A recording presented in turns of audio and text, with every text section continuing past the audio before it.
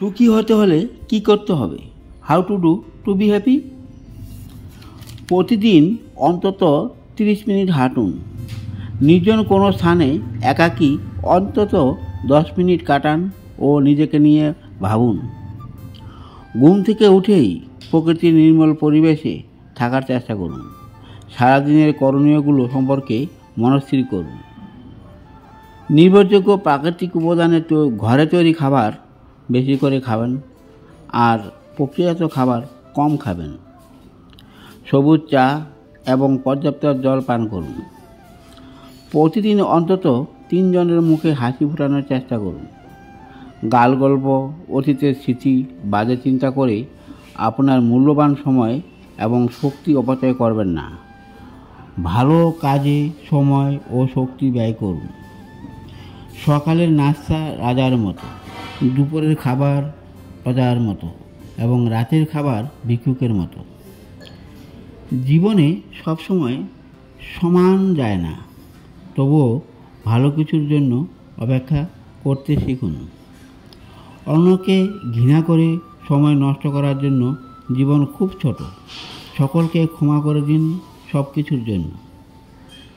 কঠিন করে কোনো বিষয় ভাববেন না, সকল বিষয়ের সহজ সমাধান চিন্তা করুন। সব তর্কে জিততে হবে এমন নয়, তবে মতামত হিসাবে মেনে নিতেও পারেন, আবার নাও মেনে নিতে পারেন। আপনার অতীতকে শান্তভাবে চিন্তা করুন, ভুলগুলো শুধরে নিন।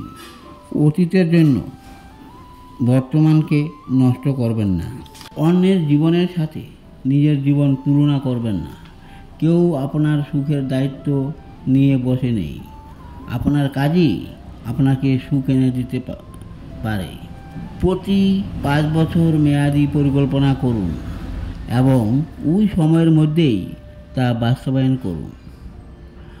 গরিবকে সাহায্য করুন, দাতা হন, গ্রহীতা নয়। অন্য লোক আপনাকে নিয়ে কি ভাবছে তা নিয়ে মাথা ঘামানোর দরকার নেই, বরং আপনি আপনাকে নিয়ে কি ভাবছেন সেটা নিয়ে মূল্যায়ন করুন ও সঠিক কাজটি করুন। কষ্ট পুষে রাখবেন না, কারণ সময়ের সাথে সব কষ্ট ভেসে যায়।